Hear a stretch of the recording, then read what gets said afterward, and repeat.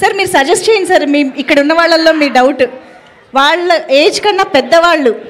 డెఫినెట్గా మౌలి దగ్గర అయితే ఏజ్ కన్నా పెద్దోళ్ళు ఒకళ్ళిద్దరన్నా 100% ఉంటుంటారు. ఒకళ్ళిద్దరా? మౌలి టు బి ఫ్రాంక్ ఏంటండి, పెద్దోళ్ళు లవ్ చేస్తావు? మీకన్నా పెద్ద అమ్మాయిని లవ్ చేశారా మీరు? లేదండి సార్ చెప్తున్నారుగా. ఆయన దగ్గర రాంగ్ ఇన్ఫర్మేషన్ వెళ్ళిందండి. ఎక్స్పెక్టేషన్ కాత్యాయని అండి, ఒకే ఒక లవ్ కాత్యాయని. కాత్యాయని ఒక్కతేనా?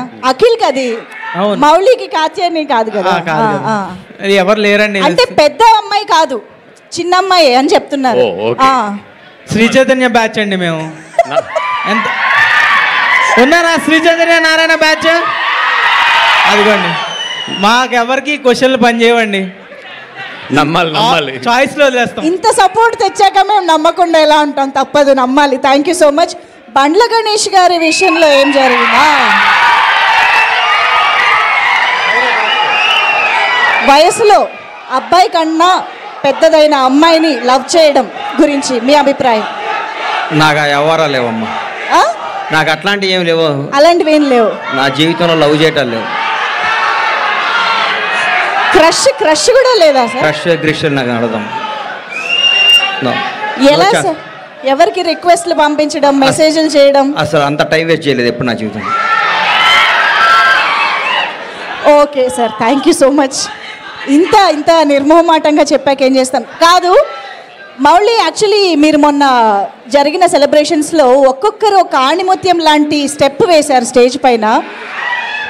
అందరూ చాలా షాక్లో ఉన్నారనమాట. ఇంత కష్టమైన కొరియోగ్రఫీ ఎలా చేయగలిగారు వీళ్ళ ఎవరి నుంచి ఇన్స్పిరేషన్, ఎవరి నుంచి ట్రైనింగ్ అని చెప్పేసి.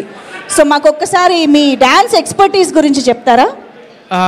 ఫారెన్ ఎక్స్పర్ట్స్ ట్రైన్ చేశారండి మమ్మల్ని. యాక్చువల్లీ జయకృష్ణ నేను కలిసి ఒక 2 yearsగా ట్రైనింగ్ తీసుకుంటున్నాం డాన్స్కి.